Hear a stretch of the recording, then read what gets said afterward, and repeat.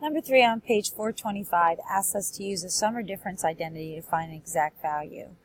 So this time we're asking to find sine of 75 degrees. And just like number 5 from the previous video, we want to write 75 in terms of angles that can be added and subtracted from the unit circle to give us 75 degrees. And there are several different choices you can make, but I decided to pick the simple one. So 75 degrees can be written as 30 degrees plus 45 degrees.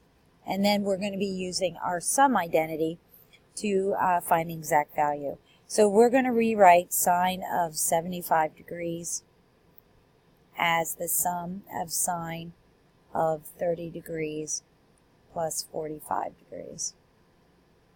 So using our sum identity for sine, we get sine of 30 cosine of 45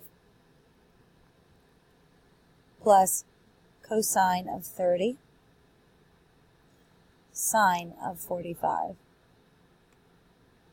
Now simplifying that using our unit circle values, sine of 30 is 1/2 times the cosine of 45, which is square root of 2 over 2, plus the cosine of 30, which is square root of 3 over 2, times the sine of 45, which is